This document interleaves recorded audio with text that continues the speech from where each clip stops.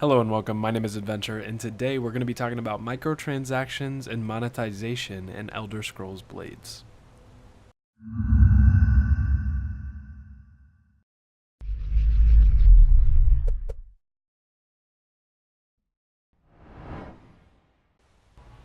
Welcome back to another Elder Scrolls Blades video. Before we get too far in, I just want to thank you guys for all the support on the last two videos. There will be much more in the future. Let's get into it.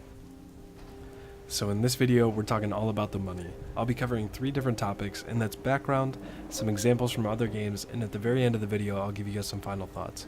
As always, links to the timestamps will be down in the description, and I hope you guys enjoy the video.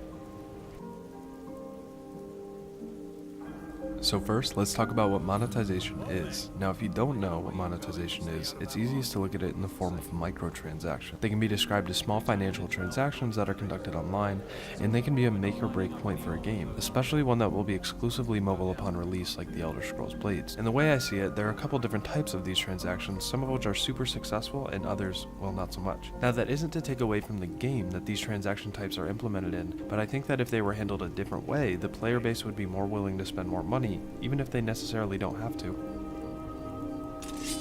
Now I'd like to talk about some examples, and the first one I'd like to talk about is a good example. Look at a game like Fortnite. One of the major selling points of that game that has taken the world by storm over the past year is that it's free. Well, Blades will be too, and another thing they have going for them is that none of the purchases they offer gain any kind of in-game advantage. They are strictly cosmetics. They also offer a battle pass, which is an opportunity to get these cosmetics by playing the game more often. This has caused just about every single person in the game to purchase some kind of skin or glider throughout their time playing. The way I see it, we're just paying a couple bucks to support the developers that are giving us an entire free game, and that is what I'd absolutely love to see in Elder Scrolls Blades. The second version of these transactions lies within a game like Clash Royale. This is a version that gives you the option to buy your way through timers that are preset in the game. You're awarded chests once you complete the match, and then you start your countdown until you can unlock them. Or you can simply hand over the gems that you bought from their store and bypass the timer.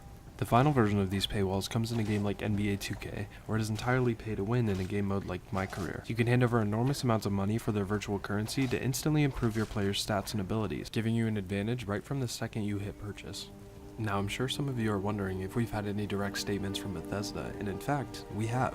In a recent interview with GameSpot, Todd Howard declared some of their intentions behind monetization throughout Elder Scrolls Blades. I'll play the clip so you guys can hear. I also apologize as for when I downloaded the video I couldn't get the audio to sync up. Franchise, and the fans of it usually follow wherever it is, so like a mobile game. And then they, hardcore gamers see the word free and they're like, oh, what does this mean? Can you talk a bit about the monetization of the Blades and how it impacts the experience of the game? Well, we're still messing with that. There are a lot of angles now that we can touch with that, and we're taking the same approach as Fallout Shelter, which we took a very light monetization approach, and it monetized great. Right. So I think gamers reward that. They know when you're gouging them, or they want to reward you. They don't mind paying for value. And so we don't want to have timers in Blades where you can't keep playing. Right. So you're playing with some chess mechanics like Clash Royale, where you find a big boss chest and then you can use your gems to open it, or you might have to wait, but you can keep playing and still earn other rewards. Cosmetics are really good for that game, to dress your character up, show it off in the arena. Some other kind of XP speed up. So we have a number of different vectors we're still looking at and figuring out where the right balance is. So in 2 of my previous videos, I've compared Elder Scrolls Blades back to the games that came before them when it came to a mobile platform. Elder Scrolls Legends and Fallout Shelter were great games in their own right, but this game is going to be completely different. I believe a comparison would be better like Skyrim or Oblivion. In these games, you obviously had to purchase a copy to play it, but there was no paywalls that would affect the base game. There were, however, DLC. In a perfect world, that is what Blades would be.